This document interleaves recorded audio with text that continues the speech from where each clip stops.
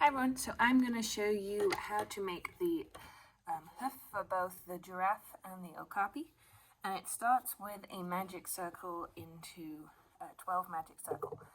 And I use chenille yarn. As you can see, it sheds a lot and it rips pretty easy. So to do a 12 loop, what I do is, I saw this online, I wrap it around my hand twice like this. So I have 3 loops on my hand, this end sticking out, and then I go under the first 2 loops, grab the third one. Oops, I can actually do it.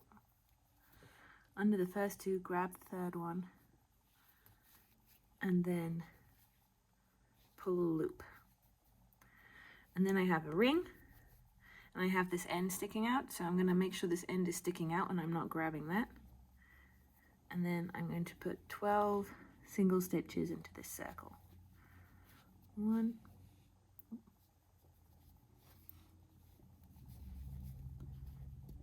2, 3, 4, 5,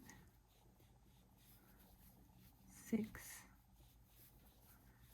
7, 8,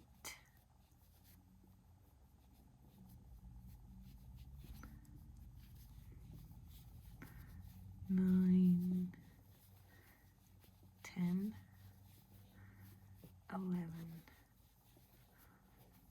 12. I'm going to make this loop nice and long so it's not in my way. Now see, we still have these 2 loops here. Now you have to test which one, but one you can tighten pretty well on the one side and on the other side. So this is the one that's attached to this, so when I pull this, it'll shorten this one loop here. So I can pull that together, that gives me a circle, and then I pull the other loop to pull my circle together. As you can see, it comes together quite nicely into a pretty tight circle. So I make sure I tighten that one the best I can.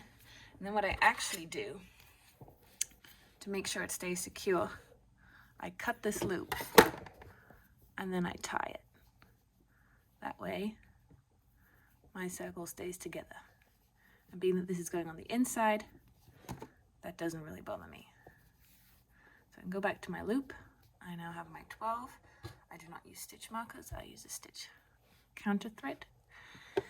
And then you're just gonna stitch increase around to make 18 out of the 12. So 1, double, 1, double, 1, double, 1,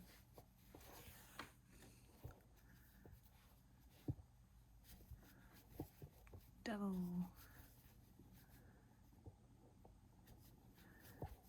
1,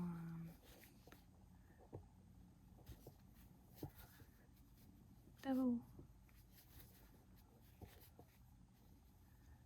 and 1,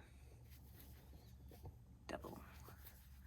Okay, now that we have 18, see the next round is SC1, double.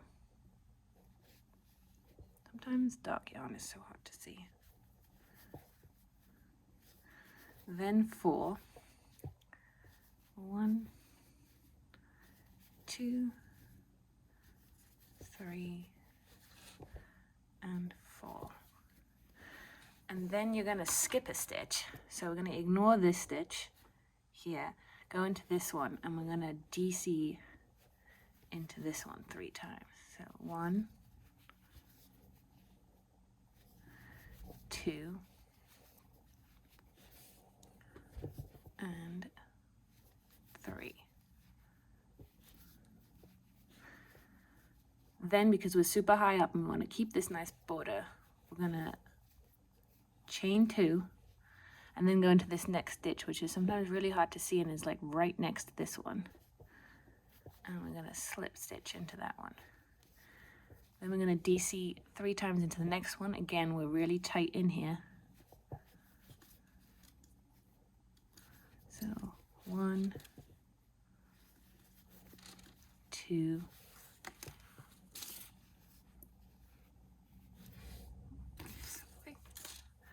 and 3. Oh, that was wrong.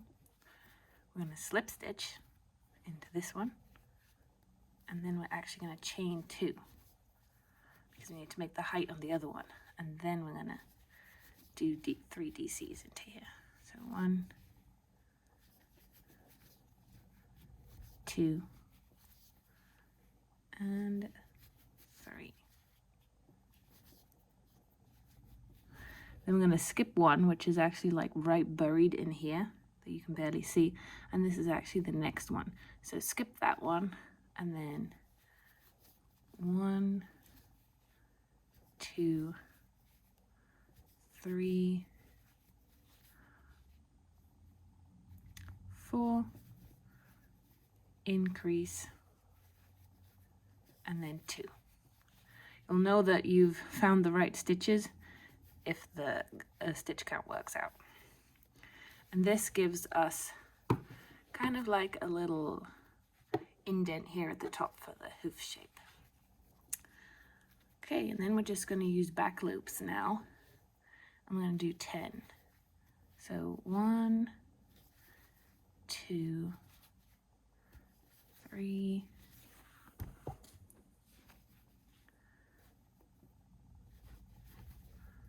4, 5, 6, 7, 8, 9, 10 back loops here to get this nice little rim here. And then we're going to decrease. Now we're pretty much on the chains right now, so you just kind of have to do a bit of finagling here to try and get a decrease in the chain. It's a lot of attempting to get the loop.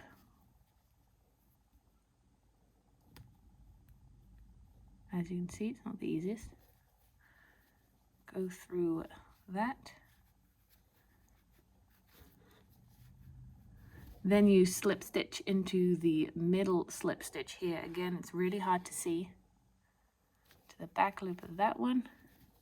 And then you decrease again the chain on the other side. So again, I can kind of see the chain here if I put my finger in it.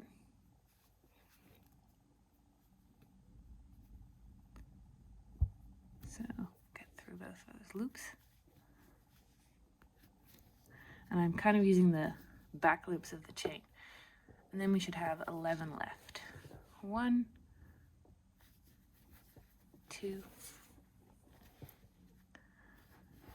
3, 4, 5, 6, 7, 8, 9, 10,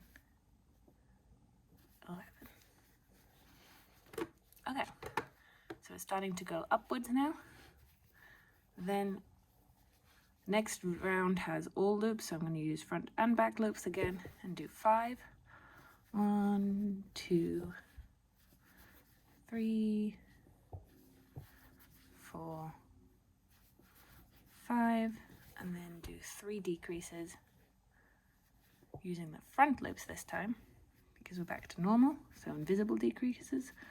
1,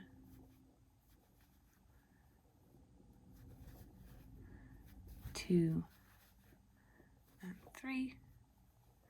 Should end you up kind of in the middle again. So we can just do a single normal stitch into this middle and then do 3 decreases.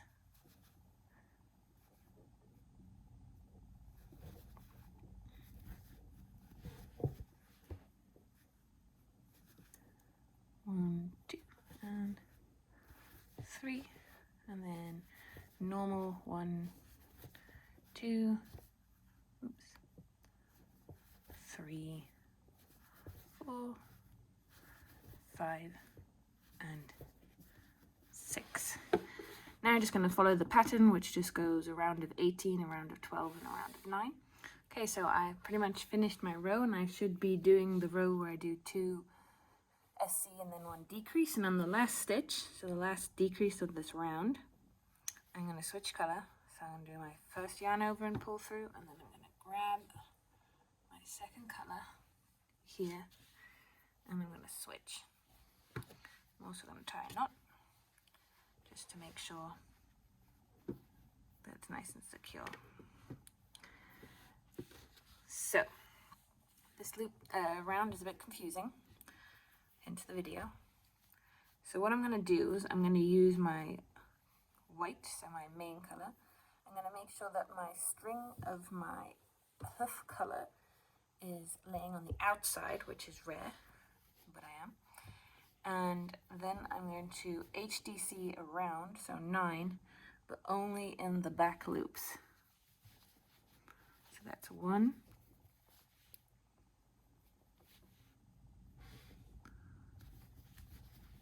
2, 3, 4,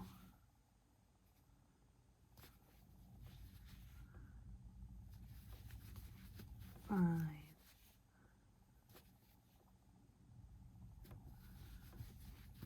6, 7, 8, and 9. Once around here, I'm just going to pull this loop out pretty long so that it doesn't undo itself. You'll see I still have this, my dark color sticking out the front.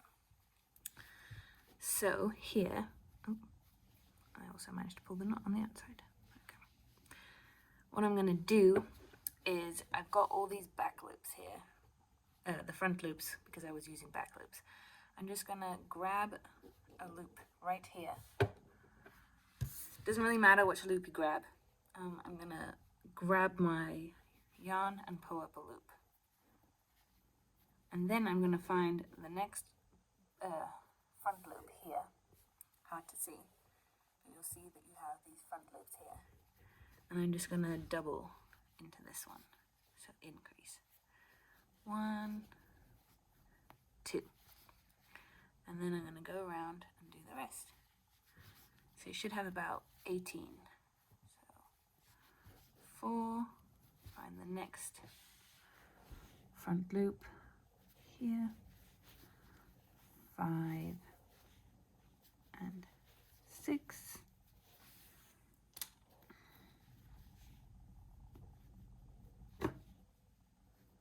and then 7 and 8. If you want to get fancy, you can do a couple more to make it more frilly. So instead of just increasing, you could do 3 or 4 stitches into it. You could switch between HDC and SC to get more of a scalloped look. This is just making a nice rim on the hoof.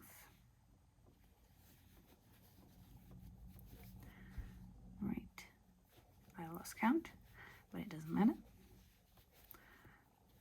Just go all the way around.